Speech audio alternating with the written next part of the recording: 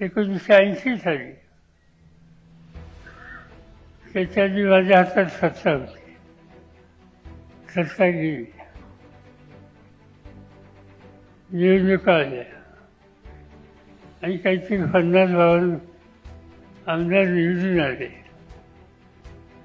आणि 6 महिन्याच्या आत त्याचे फक्त 6 शिल्लक राहिले, बाकी सगळे पक्ष सुटून गेले. जे 6 शिल्लक राहिले त्याचे एक मला इथे दिसत आहे. त्यांचं नाव कमलकिशोर कदम. ते त्या ठिकाणी राहिले त्या 6च्या मध्ये. आमचा पक्ष 6 जणांचा झाला आणि त्यानंतरची निवडणूक आली. राष्ट्रवादीची संख्या ही 72 झाली.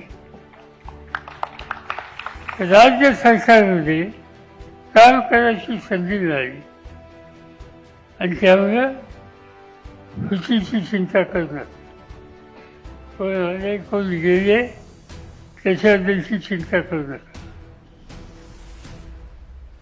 आपण एकसंध राहिलो आणि जनतेच्या वरची बांधिलकी ती कायम ठेवली तर काही अडचणी